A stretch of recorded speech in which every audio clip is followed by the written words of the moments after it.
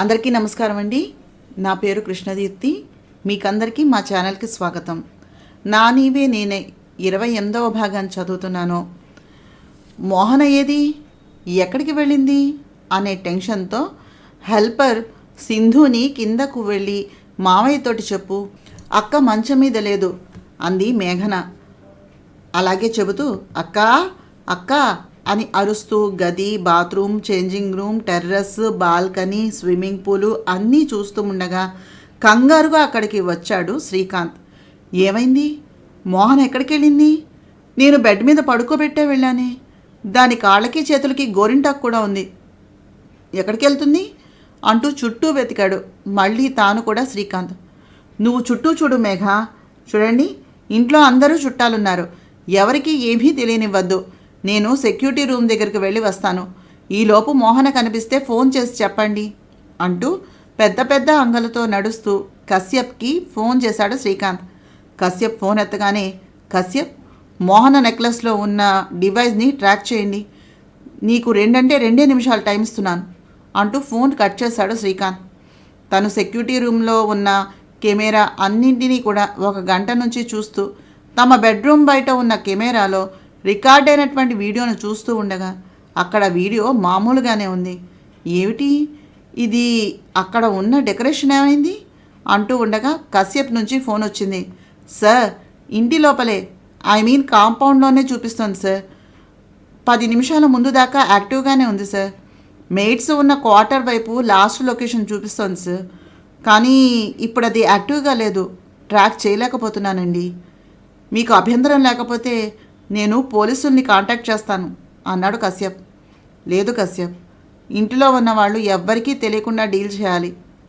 నేను కమిషనర్కి డైరెక్ట్గా ఫోన్ చేస్తాను. వీలైనంత ఎర్లీగా నువ్వు డిటెక్టివ్ అమన్ని అప్రోచ్ అవ్వు అంటూ ఫోన్ కట్ చేసి మెయిడ్స్ వర్కర్స్ కోసమని ఏర్పాటు చేసిన క్వార్టర్స్ వద్దకు వెళ్ళాడు. అంతా కలిపి వెతికినా మోహన ఎక్కడా దొరకలేదు. ఇక్కడ నెట్వర్క్ లేని ప్లేస్ ఏముంది అనుకుంటూ వెతుకుతున్న శ్రీకాంత్కి వాటర్ ట్యాంక్ దగ్గర జనరేటర్ హౌస్కి దగ్గరగా ఉన్నటువంటి ఓల్డ్ గోడౌన్ కనిపించింది. శ్రీకాంత్ సెక్యూరిటీ సిబ్బందిని ఆ రూమ్ తాళాలను అడిగాడు. సిబ్బంది ఎంత వెతికినా వారి దగ్గర ఆ తాళాలు కనిపించలేదు. అప్పటికే మోహన మిస్ అయ్యి అరగంట గడిచింది. ఏమై ఉండుంటుంది అని కంగారు పడుతూ, ఇంతమందిలో ఎవ్వరి దగ్గర తాళం చెవులు లేవా? తిని నిద్రపోవడానికి నా దగ్గర డబ్బులు తీసుకుంటున్నారా అంటూ రంకెలు వేస్తూ తాళం బద్దలు కొట్టమన్నాడు. గొడౌన్ నిండా శ్రీకాంత్ తాతగారి కాలం నాటి చెక్క సామాను, ఖరీదైన పాతకాలపు వస్తువులు, హార్డ్వేర్, అనాథాశ్రమానికి కావలసినటువంటి నెలవారీ సరుకులు, వివిధ బిజినెస్లకు చెందినటువంటి స్టాఫ్కి సంబంధించిన జనరల్ థింగ్స్, ఈ అకేషన్ కోసం అవసరమైన వస్తువులు ఉంచడం జరిగింది. తాళాలు బద్దలు కొట్టగానే శ్రీకాంత్ లోపలికి వెళ్ళడానికి ప్రయత్నం చేస్తూ ఉండగా మూత వేసి తాళం పెట్టినటువంటి ఒక డ్రమ్ములో నుంచి చిన్నగా కొడుతున్నట్టుగా సౌండ్ వస్తూ ఉన్నది గమనించిన శ్రీకాంత్ పరుగున అటువైపుగా కదిలాడు. మోహనా మోహనా అరుస్తూ డ్రమ్ దగ్గరకు వెళ్ళి ఆ డ్రమ్ముని క్లోజ్ చేసి ఉండడం వల్ల దాని తాళాలు బద్దలు కొట్టించి మోహనను బయటకు తీశాడు. అప్పటికే మోహన భయంతో చెమటతో తడిసిపోయింది. మావయ్య అంటూ శ్రీకాంత్ గుండెల మీద వాలిపోయింది. మోహనకు ఏమైంది, ఇలా వాలిపోతోంది ఏమిటి అని కంగారు పడుతూ అర్జెంటుగా డాక్టర్ని రమ్మని వర్కర్స్ సహాయంతో మోహనను కాంపౌండ్లోనే ఉన్న జిమ్ రూమ్లోనికి తీసుకుని వెళ్ళాడు.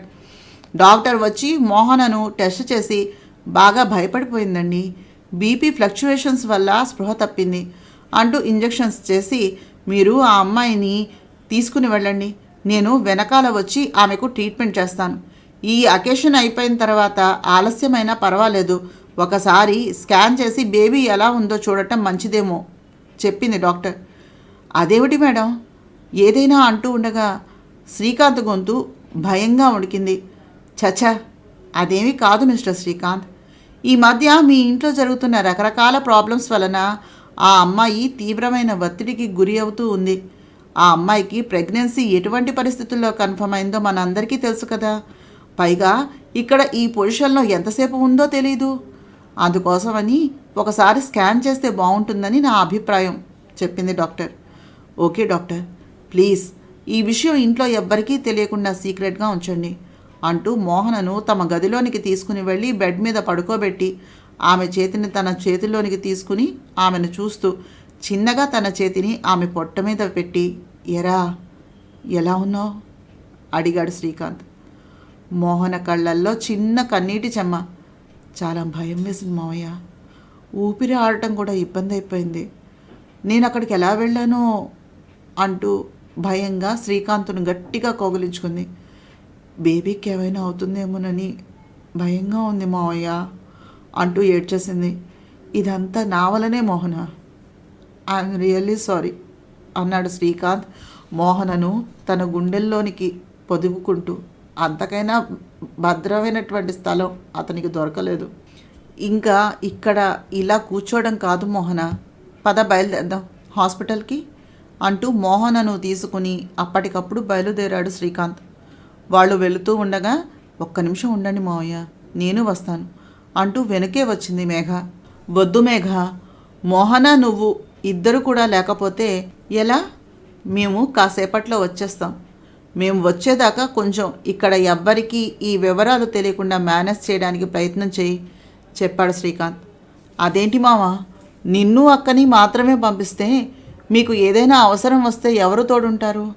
మామూలుగా అయితే నేను ఉండి చింటూని పంపేదాన్ని, కానీ ఇప్పుడు చింటూని తోడి పెళ్లి కడుకుని చేస్తున్నారుగా, అందుకే నేను వస్తాను అంటున్నా. ఇంకేమీ మాట్లాడకు అంది మోహన మరో చెయ్యిని పట్టుకుని మేఘన. ఇంకా ఆమె తన మాట విన్నదని అర్థమైన శ్రీకాంత్, సరే పద అంటూ మోహన మరో చెయ్యి పట్టుకుని నడిపించాడు.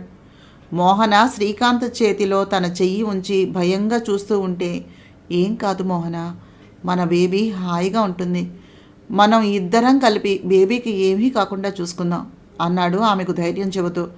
నిజానికి ఆ మాటలు తనకు తాను చెప్పుకుంటున్నాడో మోహనకు చెబుతున్నాడో తనకు కూడా అర్థం కాలేదు. ఎవరికంటా పడకుండా కశ్యప్ కారుని ఇంటి వెనుక భాగానికి చేర్చాడు. శ్రీకాంత్ లిఫ్టులో మోహన మేఘలతోటి కిందకు చేరాడో లేదో మనోజ్ లిఫ్ట్ డోర్ ఓపెన్ చేసి మోహనను వీల్ చైర్లో కూర్చోబెట్టాడు. శ్రీకాంత్ మనోజును చూసి, నువ్వేంటిరా అంటూ ఉంటే, ఈ ముహూర్తం కాకపోతే మరో ముహూర్తంలో పెళ్లి కొడుకును చేస్తారు, కానీ ఈ టైంలో ముందు హాస్పిటల్కి వెళ్ళటం ముఖ్యం అంటూ కశ్యప్ను ఇంటి దగ్గర ఉండమని తాను డ్రైవింగ్ చేయటం మొదలుపెట్టాడు మనోజ్. హాస్పిటల్లో అంతకు ముందుగానే ఏర్పాట్లు చేసి ఉండడం వల్ల డాక్టర్ వెంటనే మోహనను లోపలకు తీసుకుని వెళ్ళి చెక్ చేస్తూ శ్రీకాంత్తో, ఇదిగో ఈ డాట్ ఉంది చూసారా, అదే మీ బేబీ, అంతా బాగానే ఉంది శ్రీకాంత్, ప్రతి 15 రోజులకి ఒకసారి ఇంజెక్షన్ చేస్తే సరిపోతుంది అని చెప్పారు. ఇంజెక్షన్ పేరు వినగానే మోహన పై ప్రాణాలు పైనే పోయాయి. అది చూసిన శ్రీకాంత్ మేఘ తమలో తాము నవ్వుకున్నారు చిన్నగా. డాక్టర్ ప్రిస్క్రిప్షన్ తీసుకుని ఇంటికి వెళ్ళి ఎవరికీ అనుమానం రాకుండా మోహనను గదిలోకి చేర్చారు అంతా. అందంగా అలంకరించిన కోమలిని సంతృప్తిగా కన్నుల నిండుగా చూసుకున్న వరుణ్ పెదవుల మీద కొంటిగా నవ్వు చేరుకుంది. కొడుకు ముఖంలో ఆనందం చూసిన నీలిమ ప్రేమగా వరుణ్ భుజం తట్టి, వాటిని ప్యాక్ చేయించు అని చెప్పి కోమలి వరుణ్లకు ప్లాటినం ఉంగరాలను తీసుకుని నవ్వుతూ ఉండగా వెనుక నుంచి ప్రసాద్ నీలా అని చిన్నగా పిలిచాడు. ఏమిటో అని వెనక్కి తిరిగి చూసిన నీలిమ ప్రసాద్ తన కాళ్ళ ముందు వంగి సింపుల్గా ఉన్న పట్టీలు చూపిస్తూ ఆమె కాలును తన తొడ మీద పెట్టమన్నట్టుగా సైగ చేయటంతో, ఏమిటి ఇదంతా నిజమా కళ? ఆమెకు ఒక్క క్షణం అర్థం కాలేదు. ఆమె నుంచి ఎటువంటి కదలిక లేకపోవడంతో ప్రసాద్ తనంతట తాను ఆమె కాలును నొక్కేసరికి ఆమె అతని తొడ మీద తన కాలు ఉంచింది. అతను ఆమె కాలికి పట్టీలు పెడుతూ ఉండగా వరుణ్, రామ్, కోమలి చప్పట్లు చరిచారు ఆనందంగా. చుట్టూ ఉన్న వాళ్ళంతా అది చూసి నవ్వుతూ ఉన్నారు.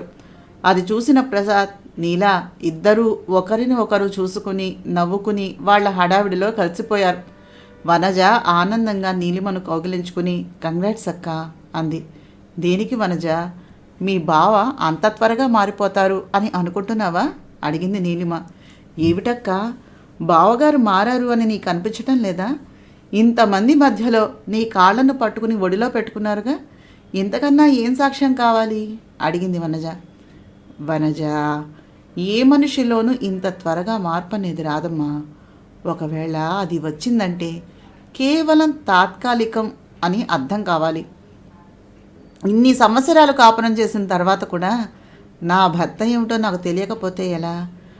ఆయనకి ఇక్కడ ప్రతికూల పరిస్థితులు ఉన్నాయి కాబట్టి మారినట్టుగా కనిపిస్తున్నారు, నటిస్తున్నారు. అదే ఏమాత్రం ఆయనకి అవకాశం ఉన్నా ఆయన నిజస్వరూప దర్శనం మనకు ఇప్పటికే అయిపోయి ఉండేది. ఈ క్షణాన నాకు నా కొడుకు ఆనందం ముఖ్యం. అందుకే ఆయన చేసేది యాక్షన్ అని తెలిసినా కూడా నవ్వుతూ ఉండిపోయాను అంది నీలిమ. నిజమే, అంత కోపం ఉన్న బావగారు లాంటి మనిషి అంత త్వరగా ఎలా మారుతారు? ఏదో ప్రస్తుతానికి మారినట్టుగా కనిపించినా అక్కడికి వెళ్ళాక మళ్ళీ మామూలే అయిపోతారేమో అంది వనజ. అయినా నాకు నా గురించి ఎటువంటి ఆలోచనలు లేవు వనజ. మనల్ని ఇష్టపడని వ్యక్తితోనైనా ఉండొచ్చు కానీ మనల్ని వాడుకుంటూ మననే తక్కువ చూపు చూసే వాళ్ళతోటి ఉండటం కన్నా ఆత్మద్రోహం ఇంకొకటి ఉండదు తెలుసా? ఆయనకు నేను చేసే అన్ని సేవలను చేయడానికి రకరకాల మనుషులు అందుబాటులో ఉంటారు. ఈ పేద నీలిమ ఆయన జీవితంలో లేకపోతే ఆయనకు వచ్చే నష్టము కష్టము ఏమీ లేదు. ఒకవేళ నిజంగా నేనే కావాలి అనుకుంటే ఆయన తిరిగి మన ఊరికి వస్తారు. అంతేగాని నేను ఆయన కోసం అంటూ వెళ్ళేది లేదు అంటూ తమ వైపు వస్తున్న వరుణ్ణి చూసి, అన్నీ ప్యాక్ చేయించావా? నీ కోమలికి అన్నీ అమరాయా? బట్టల షాపింగ్కి వెళ్దామా అడిగింది నీలిమ నవ్వుతూ కొడుకుని మనసారా చూసుకుంటూ. సరే అమ్మా అంటూ వెళ్ళి కోమలి వీల్ చైర్ని ముందుకు తోస్తూ చెప్పాడు వరుణ్. కోమలి సిగ్గుగా వరుణ్ వైపు చూసి, వరుణ్, నాకింత ఖరీదైన బట్టలు కట్టుకోవడం అలవాటు లేదు. ఇన్ని నగలు పెట్టుకుంటానని నేను కలలో కూడా ఊహించుకోలేదు. నాకు చాలా ఇన్కన్వీనియంట్గా ఉంది. అన్ని నగలు వద్దు ప్లీజ్ అంది చిన్నగా. కోమలి, పెళ్ళి అయ్యే వరకు ఈ వేడుకల్లో కొంచెం వీళ్ళ పద్ధతికి తగ్గట్టుగా నడుచుకో. పెళ్ళైన తర్వాత మళ్ళీ నీకు ఎలా కావాలంటే అలా ఉండొచ్చు. నా పెళ్ళి మా అమ్మ జీవితంలో ఉన్న అతిపెద్ద కళ. ఆమె జీవితంలో కోరుకున్నట్టుగా జరిగింది ఏదైనా ఉంటే అది కేవలం నా ఆనందం కోసం జరిగే ఈ పెళ్ళి ఒకటే. ఆమె ఆశలన్నీ నా మీదే. ప్లీజ్ పెళ్ళయ్యే వరకు అన్నాడు వరుణ్ కోమలి చేతుల్ని పట్టుకుని సున్నితంగా నొక్కుతూ. ఇంతలో నేను ఇప్పుడే వస్తాను మమ్మీ అంటూ కోమలిని తల్లికి అప్పచెప్పి లోపలికి వెళ్ళాడు వరుణ్. అంతలో కోమలి, అత్తయ్య, నాకు ఇంత ఖరీదు చేసే నగలు వద్దండి, నాకు చాలా ఇబ్బందిగా ఉంటుంది. వరుణ్కి చెప్పినా వినటం లేదు, ప్లీజ్ అంది. చూడు కోమలి, ఏ దేశంలో అయినా ఏ పద్ధతిలో అయినా పెళ్లి కూతురు అంటే కొన్ని రకాల హంగులు ఉండాలి. అంతేకాక వరుణ్ స్టేటస్ను బట్టి చూడు. నీ ఫ్రెండ్ మహతిని ఎప్పుడైనా అంత ఆర్భాటంగా ఉండడం చూసావా? లేక నన్ను ఎప్పుడైనా ఇంత సింపుల్గా ఉండడం చూసావా?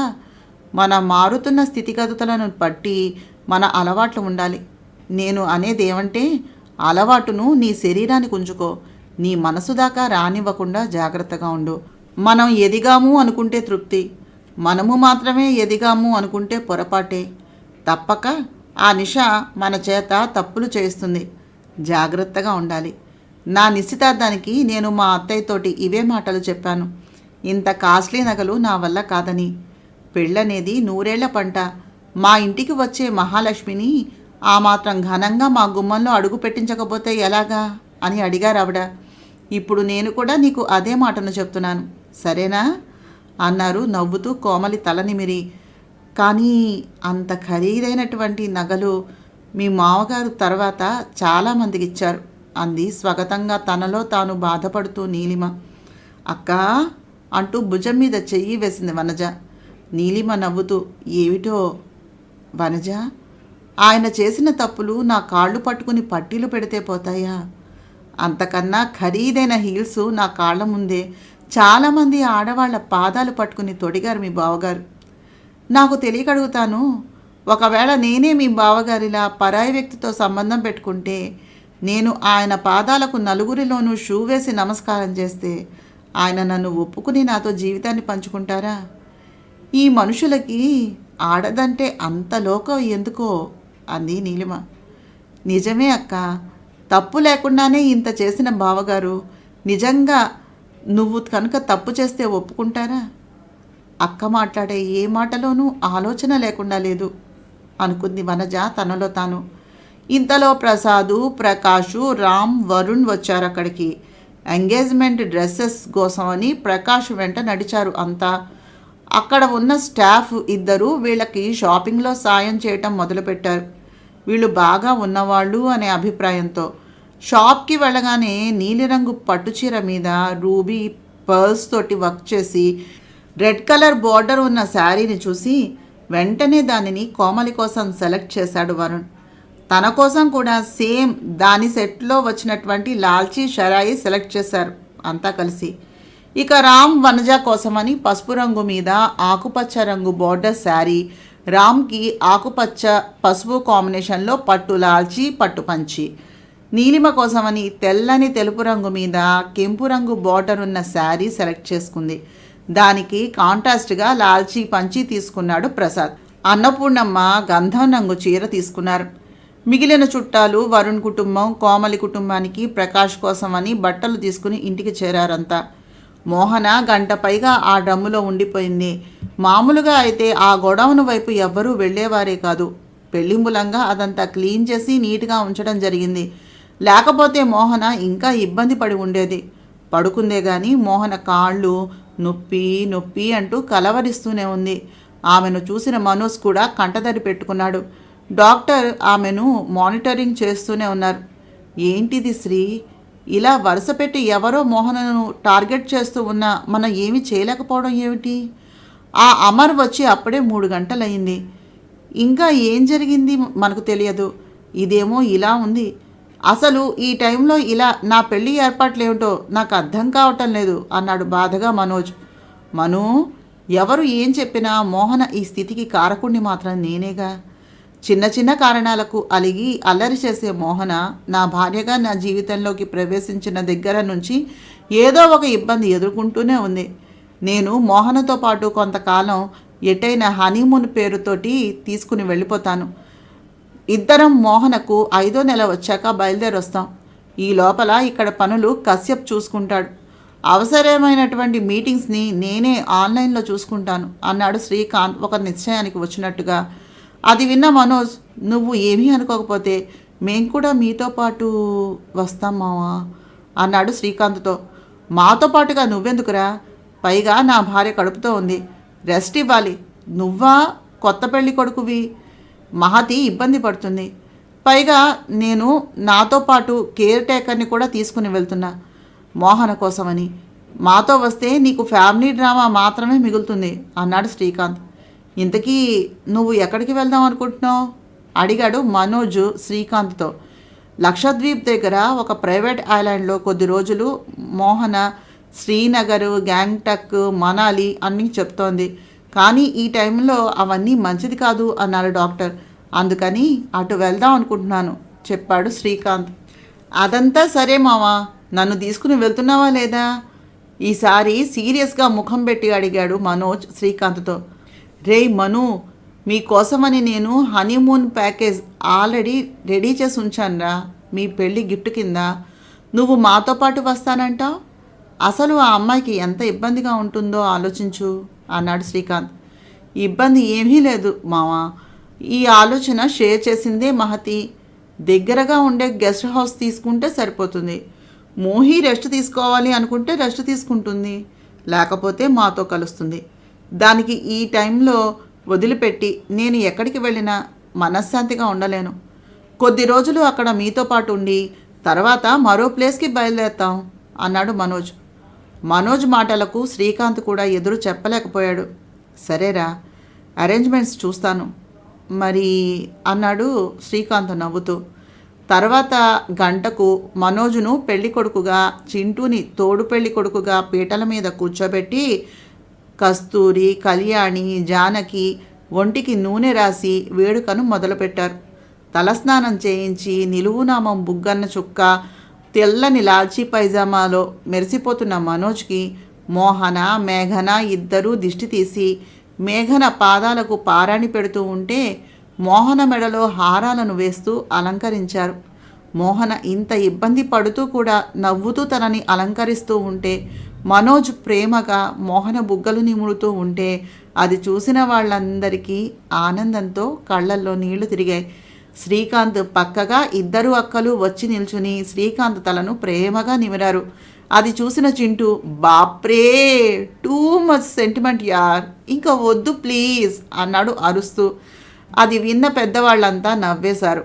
అప్పటికే నీలిమ, వనజ, జానకమ్మ, రామ్, ప్రసాద్, అన్నపూర్ణమ్మ వచ్చి మనోజ్ను దీవించి భాస్కర్, జానకి కుటుంబ సభ్యులు అందరినీ తమ ఇంటి వారసుడైనటువంటి వరుణ్ ఎంగేజ్మెంట్కి ఆహ్వానించి వెళ్ళారు.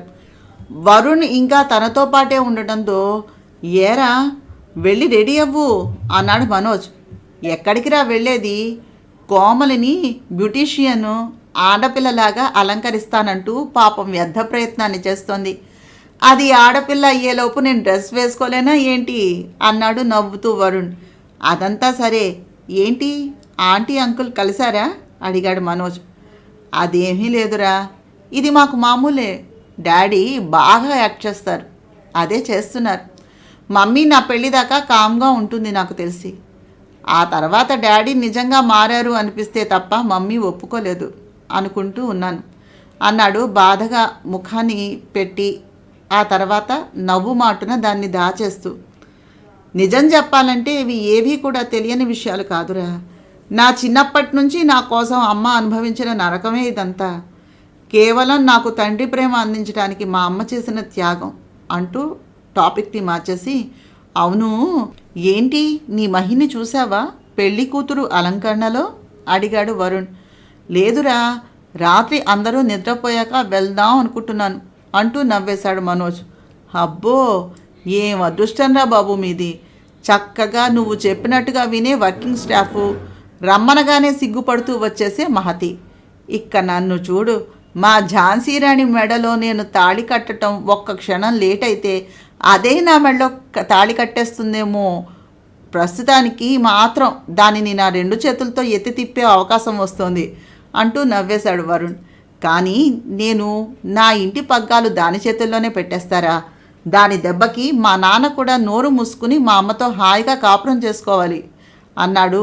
ప్రకాష్ నుంచి నీలిమను కాపాడుకుంటూ ప్రసాద్ పడినటువంటి ఇబ్బందిని గుర్తు తెచ్చుకుని నవ్వుతూ వరుణ్.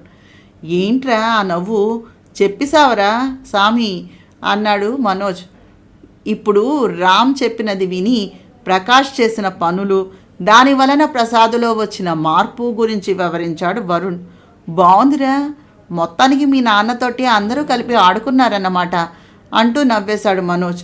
తర్వాత గంటకు టెర్రస్ మీద ఏర్పాటు చేసుకున్నటువంటి వేదిక మీద కోమలి వరుణ్ణి కూర్చోబెట్టి ఇద్దరి చేతులకి ఉంగరాలు ఇచ్చి ఒకరి చేత మరొకరికి ఉంగరాలను తొడిగించి వేద విధులైనటువంటి బ్రాహ్మణులు అందరూ వారిని దీవించి బ్రహ్మగారి చేత శుభలేఖను రాయించారు. వరుణ్ కోమలిని చూసి చూపు తిప్పడం మర్చిపోయాడు. తన వైపే చూస్తూ ఉన్న వరుణ్ణి క్రీగంట చూసి, కొంచెం అటువైపు చూస్తావా అడిగింది చిన్నగా కోమలి. ఎలాగే ఆ బ్యూటీషియన్ నిన్ను ఆడపిల్లని చేసి పడేసింది? ఎంత అందంగా ఉన్నావో తెలుసా, అసలు నువ్వులా లేవనుకో అన్నాడు వరుణ్. చెప్పు తెగుతుందిరా రాక్షసుడా, ఈరోజు ఆడపిల్లలా ఉన్నానంటే రోజు మగాళ్ళలా ఉంటున్నానా అడిగింది కోపంగా కోమలి. వెంటనే వరుణ్, నీకు నచ్చిన సమాధానం చెప్పమంటావా లేక నిజాన్ని చెప్పమంటావా అడిగాడు కొంటెగా. చిపో, నేను నీతో మాట్లాడను అంది కోమలి మూతి బిగించుకుని. పర్వాలేదు, నేను నీతోనే మాట్లాడుతూనే ఉంటా అని అంటూ నవ్వాడు వరుణ్. అలా ఆ రోజు వేడుకల్లో ఎలా గడిచిందో తెలియకుండా గడిచిపోయింది. వరుణ్ ఎంగేజ్మెంట్ కోసం అని ఎటువంటి హడావిడి లేకుండా సింపుల్గా చేయడం ఏమాత్రమూ నచ్చలేదు అన్నపూర్ణమ్మ గారికి. కానీ కోమలి ఉన్న ఈ పరిస్థితుల్లో ఇంతకు మించి చేసేందుకు ఏమీ లేదు అని ఒప్పుకోక తప్పలేదు. మహతి కుటుంబం కోమలి తరపున ఫంక్షన్లో పాల్గొంటే మనోజ్ కుటుంబం వరుణ్ తరపున పాల్గొన్నారు. మోహన ఈరోజు చాలాసేపు డ్రమ్లో ఉండిపోవడంతో తీవ్రంగా ఒత్తిడికి గురి అవ్వడం వలన త్వరగా అలసిపోయింది. శ్రీకాంత్ ఆమెను కిందకు తీసుకుని వచ్చి ఆమె డ్రెస్ మార్చుకోవడంలో సహాయం చేసి ఆమె పాదాలను సున్నితంగా నొక్కుతూ సాంత్వనను కలిగించాడు.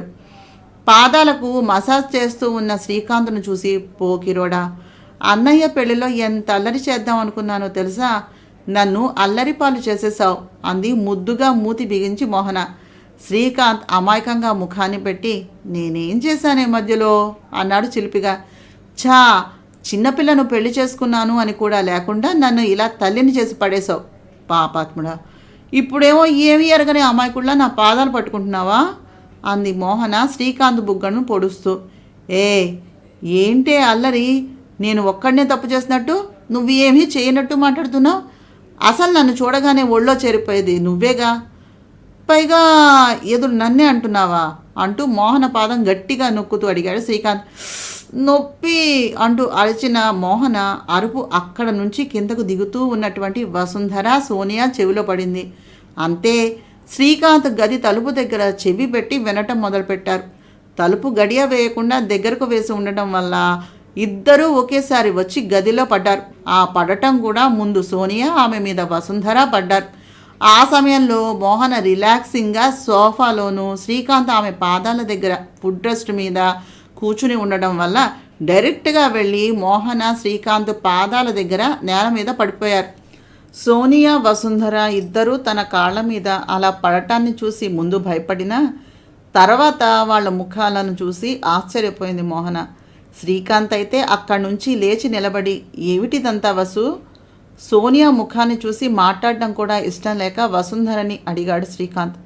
కింద పడ్డ వాళ్లను పైకి లేపకుండా ఈ ఎంక్వైరీ ఏంటి శ్రీకాంత్ అంటూ లేచి నిలబడి, దెబ్బలు తగిలిన శ్రీకాంత్ పక్కన ఉండడం వల్ల ఏమీ తగలనట్టుగా యాక్షన్ చేస్తూ పైకి లేవబోయి నడుము పట్టుకుని అమ్మా అంది హఠాత్తుగా వసుంధర సోనియా మీద నుంచి పక్కకు తప్పుకుంటూ.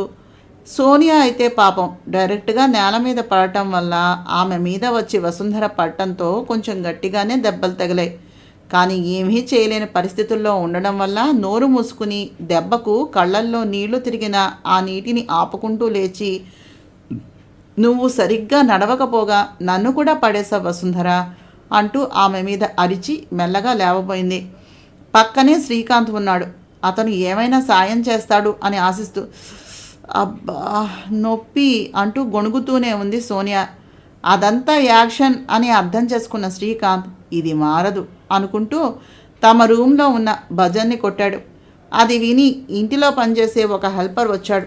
అతనిని చూసి ఈమెను తన రూమ్లో దింపి మెడికల్ స్టాఫ్కి ఒకసారి ఏమైనా అవసరం ఉందేమో చెక్ చేయమని ఇన్ఫర్మేషన్ ఇచ్చిరా, అవసరమైతే మెడిసిన్ ఆమెకు ఇచ్చి రావాలి, అలాగే లేడీ స్టాఫ్ ఎవరినైనా రాత్రి ఈమెతో పాటు పడుకోమని చెప్పు, అవసరమైతే హెల్ప్కుంటారు అని ఆర్డర్ వేశాడు శ్రీకాంత్. అది విన్న సోనియా గుండెల్లో అగ్గి రాజుకుంది. ముఖం కోపంతో మాడిపోయింది. ఆమె దగ్గరికి ఆ యువకుడు వర్కర్ వెళ్ళేసరికి అవసరం లేదు, నేనే మెల్లగా వెళ్తాను అంటూ అతనిని తనను ముట్టుకోకుండా ఆపు చేస్తూ గట్టిగా అరిచింది సోనియా. ఆమెతో పాటే చిన్నగా పైకి లేచి వెర్రి నవ్వు నవ్వింది వసుంధర. చూడు వసు, కాస్త చూసుకుని నడుస్తూ ఉండు, లేకపోతే ఇలాగే నీతో పాటు నీ పక్కన ఉన్న వాళ్ళకు కూడా ప్రమాదంగా ఉంటుంది అన్నాడు శ్రీకాంత్. మోహన లోపల నవ్వుకుంటూ బాగానే ఉన్నావా అక్క, దెబ్బలేమీ గట్టిగా తగలలేదు కదా అని వసుంధరను చూసి అడిగింది. పర్వాలేదు, నా టైమే బాలేదు, వీళ్ళ దగ్గర చిక్కుపడిపోయాను అనుకుంటూ మెల్లగా పద సోని వెళ్దాం అంది వసుంధర. మెల్లగా సోనియా, వసుంధర ఆ గది నుండి బయటకు వచ్చి, ఈసారి ఫాలో అవుతే దొరకకుండా జాగ్రత్తగా ప్లాన్ చేసుకోవాలి అనుకుంటూ ఎవరి రూమ్కి వాళ్ళు వెళ్ళిపోయారు. వాళ్ళిద్దరూ వెళ్ళిపోయాక అనవసరంగా వాళ్ళ ముందు నా కాళ్ళు నొక్కుతూ దొరికిపోయావు అంటూ నవ్వింది మోహన. తప్పే ఉంది, వాళ్ళ నాన్న మాత్రం వాళ్ళ అమ్మ కాళ్ళను పిసుకుతూ ఉండడా ఏమిటి? మొగుడు కాళ్ళు పెళ్ళాం పిసుకడం ఎంత సహజమో, పెళ్ళాం కాళ్ళను మొగుడు పిసుకడం కూడా అంతే సహజం. వీటిని మరో దృష్టితో చూసి నోటికి వచ్చినట్టుగా మాట్లాడుతుంటారు కొంతమంది. ఇంకా మన ఆలోచన విధానం మారకపోతే ఎలా చెప్పు? నా బాధల్లా ఒక్కటే, వాళ్ళు వినాలనుకున్నది విన్నారో లేదో అని నవ్వేశాడు శ్రీకాంత్. పైన టెర్రస్ మీద కోమలి, వరుణ్ల ఎంగేజ్మెంట్ పార్టీ ఇంకా జరుగుతోంది. పెళ్లి కూతురుగా ముస్తాబయ్యి ఉన్నటువంటి మహతి, పెళ్లి కొడుకుగా ముస్తాబై ఉన్న మనోజు ఇద్దరూ ఒకరిని ఒకరు చూసుకుంటూ ఒక టేబుల్ దగ్గరకు చేరి ఒకరి చేతులు ఒకరు పట్టుకుని చాలాసేపు కాలక్షేపం చేశారు. మహతి తల్లిదండ్రులు బయలుదేరుతూ ఉంటే వెళ్తాను అని లేస్తూ ఉన్న మహతి చేతులు పట్టుకుని కాసేపు ఉండు అన్నట్టుగా, వదలను అన్నట్టుగా చూశాడు మనోజ్. అంతమందిలో మరునాడు తన మెడలో తాళి కట్టబోయేవాడు ఇలా అలరి చేస్తూ ఉంటే సిగ్గుతో మహతి బుగ్గలు ఎర్రబడ్డాయి. అబ్బా, ఈ రోజుకి వదులు, రేపటికి ఈ సమయానికి ఇద్దరం పీటల మీద ఉంటాం అంటూ నవ్వింది Mahati. Mahi, love you and miss you అన్నాడు మనోజ్. మిస్ యూ అంటూ వెళ్ళింది మహతి. ఎరా, ఆ అమ్మాయి వెళ్ళిపోయి 2 నిమిషాలు దాటింది. మనం కూడా బయలుదేరదామా? రేపు మళ్ళీ చాలా పనులున్నాయి, తొందరగానే కలుసుకుందుగానిలే అంది కస్తూరి. హా అమ్మా అంటూ వరుణ్ణి విష్ చేసి తాను కూడా బయలుదేరాడు మనోజ్. ఉదయం 7ంటికి మంగళ వాయిద్యాల మోతతో హోరెత్తింది ఆ ప్రదేశం అంతా. అప్పటికే కస్తూరి, కళ్యాణి, జానకి, భాస్కర్, మేఘ, చింటూ, కుశల్, కృష్ణమూర్తి, రాజ్యంగారు, రమ, సోమేశ్వర్ అంతా సిద్ధమయ్యారు.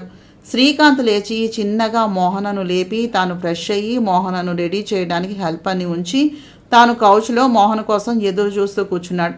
మోహన బంగారం రంగులో మెరిసిపోతున్న లెహంగా, రాణి రంగు చున్నీతోటి రెడీ అయ్యి శ్రీకాంత్ వైపు నడుస్తూ తన చేతి గాజులను సౌండ్ వచ్చేలా చేసింది.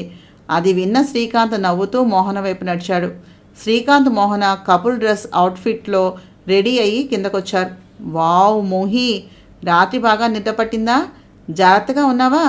మందులన్నీ వేసుకున్నావు కదా అంటూ కళ్యాణి మోహనను కౌగిలించుకుంది. హా, థ్యాంక్స్ పిన్ని. నిన్న నీకన్నా బాగా చూసుకుంది మేఘ నన్ను, తెలుసా? నా చెల్లెలు పెద్దదైపోయింది, రెస్పాన్సిబిలిటీస్ ఎంత బాగా తీసుకుంటుందో తెలుసా అంది. ఇంతలో పట్టుపంచలో కృష్ణమూర్తి ఎదురుగా వచ్చి, ఏమ్మా బాగున్నావా అంటూ మోహనను కౌగిలించుకుని, బంగారు తల్లిలా ఉన్నావురా, ఈ హడావుడి తగ్గేదాకా జాగ్రత్తగా ఉండమ్మా. నువ్వు ఆరోగ్యం బాగలేక మంచం మీద వాలినప్పుడల్లా ఈ తండ్రి హృదయం రకరకాల చిత్రహింసలకు గురవుతుంది. ఈ 2 రోజులు జాగ్రత్తగా ఉన్నావా? అందరూ ఎవరిళ్లకు వాళ్ళు చేరుకుంటారు, మన వాళ్లతో తప్ప వేరే ఎవ్వరితోనూ కలవకమ్మా అన్నారాయన. మీరు మరీ బావా దానికి పిరికి మందు పోయకండి. మోహన, నువ్వు ఈరోజు అంతా మీ అన్నయ్య నీడలా మీ అన్నయ్య పక్కనే ఉండు, ఏ ఇబ్బంది ఉండదు, సరేనా అంది కళ్యాణి. అంతలో గుంటపూస రీతిలో చీర కట్టి ముడి పెట్టుకుని నగలతో అలంకరించుకుని ఎదురుగా వస్తున్న కస్తూరిని చూసి విజిల్ వేసింది మేఘన. వావ్ పెద్దమ్మ, భలే ఉన్నావు అంటూ. ఇది ఏమైనా కొత్త టైప్ కాస్ట్యూమా పెద్దమ్మ అడిగింది మేఘన. ఇది కొత్త రకం కాస్ట్యూమ్ కాదు కన్నా, ఇది మన సాంప్రదాయ కట్టడం. ఇప్పుడు మీ అన్నయ్య అందరం కలిసి ఎదురు సన్నాహాలకు కూర్చుంటాం, అర్థమైందా? ఇవన్నీ గుర్తుపెట్టుకో, రేపు ఏదో ఒకరోజు నీ పెళ్ళి కూడా అవుతుందిగా, అప్పుడు ఇవన్నీ ఎగుడు దిగుడు కాకుండా జాగ్రత్తగా చూసుకోవాలి అన్నారు కృష్ణమూర్తి మేఘనతో. వాట్ పెదనాన్న, నువ్వు ఉన్నావు కదా నాకు హెల్ప్ చేయడానికి అంటూ కన్ను కొట్టింది మేఘన. నాటీ గర్ల్, ఇలా కన్ను కొడితే ఇండియాలో తప్పేనమ్మా. ఇండియాలోనే కాదు, ఎక్కడైనా సరే నచ్చినప్పుడు అన్నీ బాగానే ఉంటాయి, నచ్చినప్పుడు త్వరగా మన మీద అభాండాలు వేసేస్తారు. నీలాంటి బంగారు తల్లికి అలాంటి మాటలు సూట్ అవ్వవు అంటూ బుగ్గలను పుణికి కస్తూరి వైపు తిరిగి, అది అనటం కాదు కానీ నిజంగానే సూపర్గా ఉన్నావోయ్ అన్నారు కృష్ణమూర్తి. చాలండి, సిగ్గు లేకపోతే సరి, చిన్నపిల్లల్ని పక్కన పెట్టుకుని అంది మొగుడిచ్చిన కాంప్లిమెంట్కి ఉబ్బి తబ్బిబ్బైపోతూ సిగ్గుగా కస్తూరి. అయితే కాంప్లిమెంట్ ఇవ్వడం నచ్చలేదా, లేక అది పక్కనుండిగా ఇవ్వడం నచ్చలేదా అక్క అడిగింది కళ్యాణి కృష్ణమూర్తికి హైఫై ఇస్తూ. ఓయ్ రాక్షసి, ఏంటే బావతో చేరిపోయావు, నా కోపం వస్తుంది చెప్తున్నా అంది కస్తూరి చూపుడు వేలు చూపించి వార్నింగ్ ఇస్తున్నట్టు. అదేమిటో నువ్వు కోపంగా ఉన్నా నవ్వుతున్నట్టే కనిపిస్తోంది అంది కళ్యాణి అక్కను కాకా పడుతూ. కాకాలతో బాకాలు జూకాలు ఊగేలాగా చెబుతున్న నిన్ను చూస్తే పాకాలు కారే జాంగిరి గుర్తుకొచ్చింది కళ్యాణి అన్నాడు అప్పుడే అక్కడికి వచ్చిన కుశల్. ఇంతలో నీకేమైంది చిన్న బావా, అలా అయిపోయావు, ఆ భాష ఏంటి అడిగాడు శ్రీకాంత్ మోహనతోటి అక్కడికి వస్తూ. ఏం లేదురా, మన దేశంలో మన ప్రాంతాల్లో ఉంటే మన భాష వాడుకలో ఉంటుంది. మీ బావ ఈ మధ్యన తెలుగును తణువుకుంటూ పదాలు గుర్తుకు తెచ్చుకుని అవి సమయానికి గుర్తుకు రాక ఇబ్బంది పడ్డారు తెలుగు భాషా దినోత్సవం రోజున జరిగిన వేడుకల్లో. అందుకని ఆ రోజు నుంచి ఈ రకంగా ప్రాక్టీస్ చేసి మమ్మల్ని భయపెడుతూ ఆయన ఆనందిస్తూ ఉన్నారు అంది కళ్యాణి. అంతా నవ్వేశారు. ఈ లోపల మోహన మనోజ్ను కూర్చోబెట్టి నుదుటన కళ్యాణ తిలకం, బుగ్గకు చుక్కను దిద్ది ఇంకో 5 గంటల్లో మహతి మిసెస్ మహతి మనోజ్ అయిపోతుంది. ఇక నేను ఆపేవాళ్ళు ఉండరు పో అంటూ ఎదురు సన్నాహాల్లో జరిగే వేదిక వైపుగా నడిచింది. మనోజ్ శ్రీకాంత్ వైపు చూసి, దీన్ని నా పెళ్లి తర్వాత జాగ్రత్తగా నీ చేతుల్లో పెడతా, అంత లోపల వస్తున్న విఐపి గెస్టులను చూసుకో చెప్పాడు.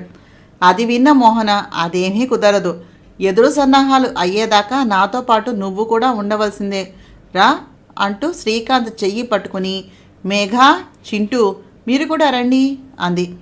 అలా కాదు మోహన, పొద్దున్నుంచి నీతో పాటే ఉన్నానుగా, వచ్చిన వాళ్లను పలకరించకపోతే ఎలాగా అడిగాడు శ్రీకాంత్. వచ్చిన వాళ్లను పలకరించడానికి ఇంకా చాలామంది ఉన్నారు. ఎదురు సన్నాహాల్లో నా పక్కన కూర్చోడానికి నా భర్త ఒక్కడే ఉన్నాడు. పైగా అంటూ పొట్ట మీద చెయ్యి వేసి, బేబీ కూడా అదే అడుగుతోంది అంది క్యూట్గా ఫేస్ పెట్టి. మోహన మనోజ్ శ్రీకాంతులను పట్టి పట్టి చూస్తూ అమాయకంగా అడిగింది. బ్రహ్మాస్త్రాన్ని వాడేసింది బ్రహ్మరాక్షసి. ఏ మగాడైనా ఈ దెబ్బకు చచ్చినట్టు పడుండాల్సిందే అన్నాడు మనోజ్ శ్రీకాంత్ని వేళాకోళం చేస్తూ. అటుగా వచ్చిన సోనియా డ్రెస్ చూసిన Megha, wow, you are really looking gorgeous and actually hot, కానీ మార్నింగ్ టైంలో ఈ డ్రెస్ బాగుంటుందా అడిగింది సోనియాని. ఆమె fashion embroidery blue self work sari, తొడల దాకా స్లిట్ ఉన్నది కట్టుకుంది. దానిపై స్లీవ్లెస్ బ్లౌజ్, బ్యాక్లెస్ బ్లౌజ్లో ఉందామె. ఈ డ్రెస్కి ఏమైంది అడిగింది సోనియా. శ్రీకాంత్ తన మాట వినాలని కొంచెం గట్టిగానే. శ్రీకాంత్ విననట్టుగా ఉండిపోయాడు కావాలని. మేఘ అక్కడితో ఆగకుండా, అది కాదు సోనియా, మరీ ట్రాన్స్పరెంట్గా ఉన్నట్టుగా అనిపిస్తోంది. అమెరికాలో ఇలాంటివి పట్టించుకోరు, ఎందుకంటే అక్కడ ప్రతిదానికి ఒక డ్రెస్ కోడ్ ఉంటుంది, ఏది కట్టుకున్నా పర్వాలేదు. కానీ ఇండియాలో మనలాంటి వాళ్లకు పర్వాలేదు, కానీ ఈ ఫంక్షన్లో కంపెనీలో ఉద్యోగం చేసే అన్ని తరగతుల వారు వస్తారు, ఆ పైన నీ ఇష్టం అంది మేఘన. చూడు మేఘ, ఎవరు ఎలా ఉండాలి అని అనుకుంటే వాళ్ళు అలా ఉంటారు. నువ్వు నీకన్నా పెద్దవాళ్ళతో ఇలా ఉండాలి అలా ఉండాలి అని చెప్పడం తప్పు. పైగా నువ్వు అందరికన్నా చిన్నదానివి అంటూ సోనియా వైపు తిరిగి, చూడు సోనియా, నీకు నచ్చినట్టుగా ఉండు, కానీ మేఘ చెప్పిన దాని గురించి కూడా ఒకసారి ఆలోచించాలేమో. ఇక్కడ ఉన్నవాళ్ళు మీతో చెప్పలేకపోయి ఉండవచ్చు, అది చిన్నది కనుక మీ మంచి కోసం చెప్పేసింది, దానికి అనిపించింది, తప్పుగా తీసుకోవద్దని చెబుతూ, అమ్మా మేమంతా వెళ్తున్నాం అంటూ వేదిక వైపు నడిచింది. మేఘనని కూడా త్రమ్మనమని సైగ చేసి మోహన. మేఘ చెప్పింది విన్నాక మోహనతో వెళ్తున్న శ్రీకాంత్ చేతిని పట్టుకుని ఆపుతూ, ఏంటి శ్రీ, నా డ్రెస్ నీకు కూడా నచ్చలేదా, బాగలేదా చెప్పు, మార్చుకోవాలా అడిగింది సోనియా. అది చూసిన వసుంధరకి చాలా కోపం వచ్చింది సోనియా మీద. అటువైపు కాఫీ ట్రే పట్టుకుని వెళుతూ ఉన్న హెల్పర్కి విస్సురుగా ఢీ కొట్టింది వసుంధర. ఆ ట్రే డైరెక్ట్గా సోనియా నడుము కాళ్ళ మీద పడిపోయింది. ఆ ప్రాంతంలో ఉన్న శరీరం మీద పొగలు కక్కుతున్నట్టుగా ఉన్నంత వేడిగా ఉన్న కాఫీ పడడంతో కాలి ఒక్కసారిగా సోనియా అరిచి ఆ హెల్పర్ని తిట్టడం మొదలుపెట్టింది. ఆ హెల్పర్ కంగారుగా తడబడుతూ అతని మీద ఎక్కడ కంప్లైంట్ ఇస్తారో అని గబగబా అతని చేతుల్లో ఉన్నటువంటి కర్చీఫ్తో సోనియా తొడల మీద కాఫీ తొడవడాన్ని మొదలుపెట్టాడు. ఇది అక్కడ ఉన్నవాళ్ళు ఎవ్వరూ ఊహించని పరిస్థితి. సోనియాతో పాటుగా అందరూ షాక్కి గురయ్యారు. ఈ హడావిడికి వెళుతూ ఉన్న మోహన, మనోజ్, మేఘనలు కూడా ఆగి వెనక్కి తిరిగారు.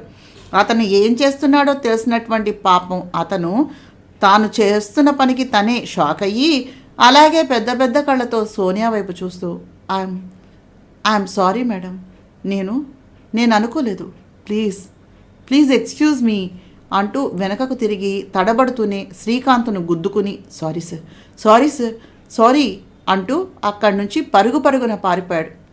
పాపం ఈవిడ గారు అక్కడికి వచ్చి అందరికీ షాక్ ఇద్దాం అనుకుంది.